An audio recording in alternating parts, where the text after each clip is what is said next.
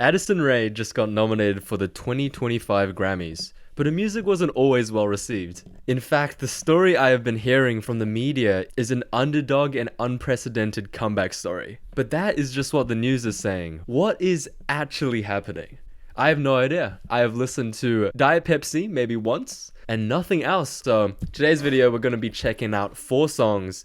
We're going to start with her first ever song, Obsessed. Then we're going to move to Diet Pepsi, which really changed the whole narrative around her. And then we're going to go into Aquamarine. And finally, the song that got her the Grammy nomination, the Von Dutch remix. Let's go check out her first song. Ooh. Oh, the production is clean though. I like it. You turned our song down, baby, what for? You had lit candles on the dashboard. Fairly dated production in my opinion, but gets the job done. Who produced this? Oh! No way! Blake Slatkin and Benny Blanco? Benny Blanco's always been the go, and Blake Slatkin's been popping off recently, so these are some big industry names behind this. I'm curious to see why the song bombed so hard then. It sounds okay so far. We were driving down Sunset. No Okay. It's a cool falsetto. Passed by where we first met. Damn, we made it so far. Bass is You coming in. say you're obsessed with me, so I took a second and I Nice. said me too. I'm obsessed with me as much as you. Okay, I can see why the song is not particularly liked. Those are some pretty corny lyrics. I mean, it's cool, but I must say the production is carrying the song. I like those vocal chops, I like that synth, but nothing in the lyrics so far. And if I lost you, I'd still have me. I can't lose. When you say that you're obsessed with me too. I did my hair like waves on the beach. I guess maybe a problem is that there isn't as much versatility in her voice. Like, she's singing in the same register, not really going for a falsetto, head voice, belting kind of contrast. I like that though, like a heartbeat. That's nice.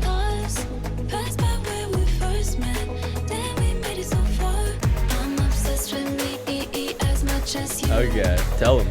Say you die for me, I die for me too. When you say that you're obsessed with me too.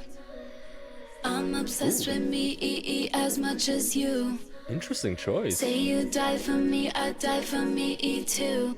When you say that you're obsessed with me too. Huh.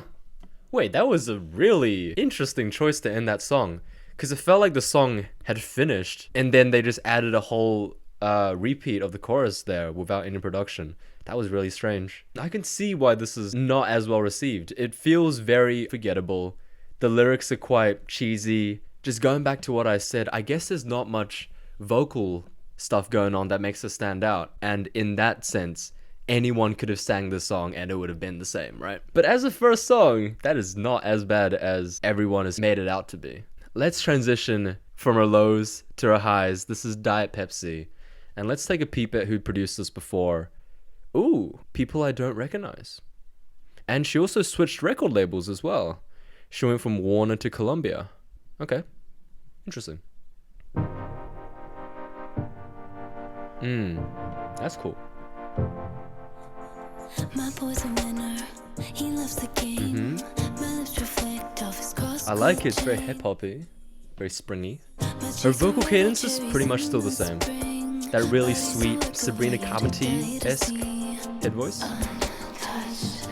Oh, okay, some variety though. The whispers, it's nice.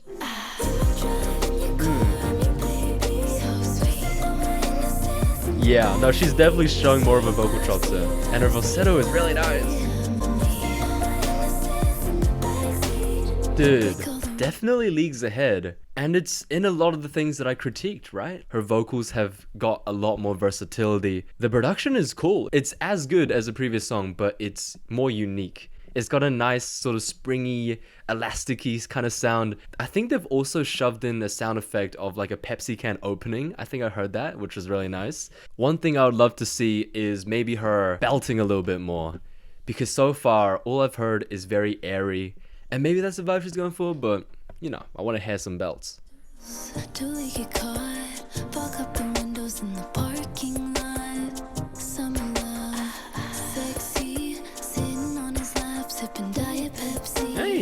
They actually worked the title in really nicely. That's cool.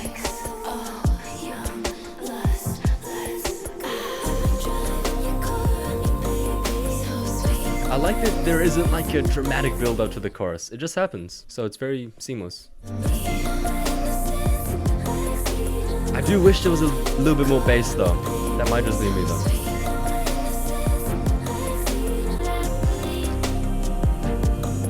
Okay. Some vocal chops again. Ooh. Key change. That was very sudden.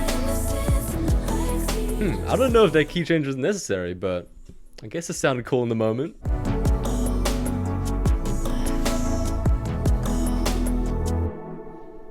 This is a nice song. It definitely deserves its success, I think. It's not bubblegum pop anymore, like there's elements of it that make it really cool to listen to. I think the really springy percussion helps with that, because it just feels like a kind of out-of-body experience in a way. And also those really high falsettos. I'm impressed that she can sing that high. That's really nice. As a halfway checkpoint, I want to hear her do a couple of things. I want to hear her belt, and I also want to hear her on like a Liquid DBD song or like a house song. Think Strangers by Kenya Grace. I feel like her voice and her style so far would fit that genre really well. So those are some things that I want to hear. But we're going to be listening to Aquamarine. Ooh, again with the synths.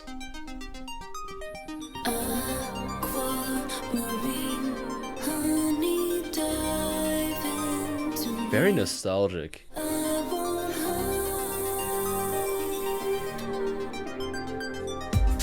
Yeah. Again, springy drums. And this is like kind of house. Dude. This is cool.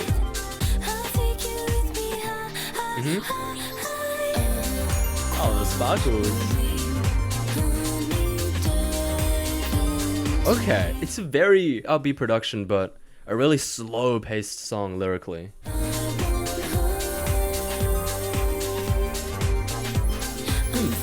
If this had a sped-up version, it'd probably go viral. Swimming in the sea with the salt in my hair. Kissed by the sun, it's a love affair. Heart of the ocean around my neck. Nice. Don't have to say it, you know what's next. Yeah, the whole song is kind of giving like One of Your Girls by Troye Sivan. Oh, the synths. Nice. Oh, what's happening? Give me Oh, and the synth's gone, and it's replaced by this really nice bass. Hey.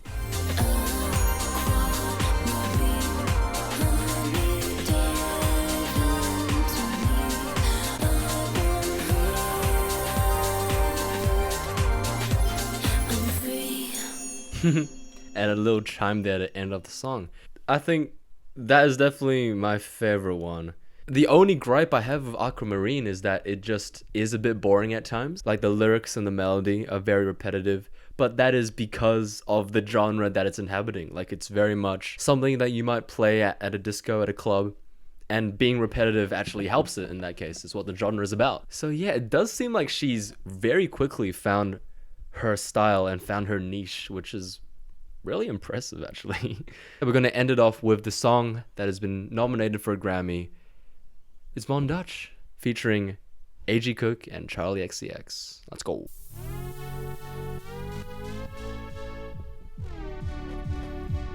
It doesn't get much more house than Brat.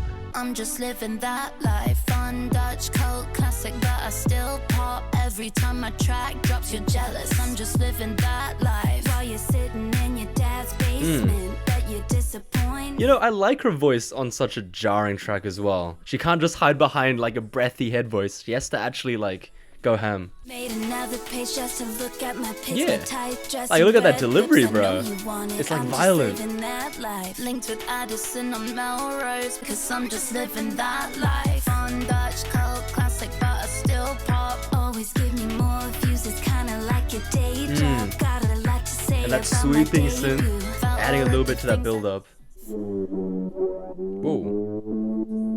I'm just living that life. Wait a minute.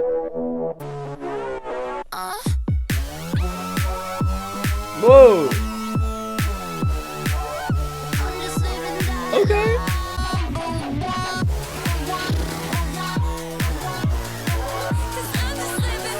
Hey, that's a belt. Let's go. All these girls are like, can I get a picture? And then they go online like, just kidding, I hate you. Cause we're just living that life.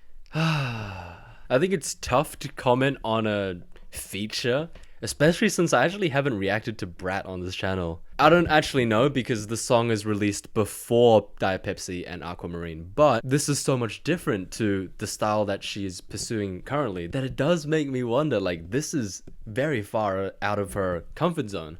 I do like it, the glimpses we have of Addison. We heard a belt, which was really nice. We heard a lot more versatile delivery, which is great. Love that. Aside from that, I don't actually have a comment, but I will say overall, yeah, I think the media is probably right. I think they were pretty harsh on Obsessed. Like, it's a cheesy song. It's forgettable, but it isn't horrible. But Pepsi and Aquamarine are nice. It explores a genre that I think she's quite comfortable with. Her voice fits well. You know, I think to answer the question of the title, yes. And I will be, hopefully, reacting to any of her new songs that come out. I think I will be. Be sure to look out for that. But yeah, that is it.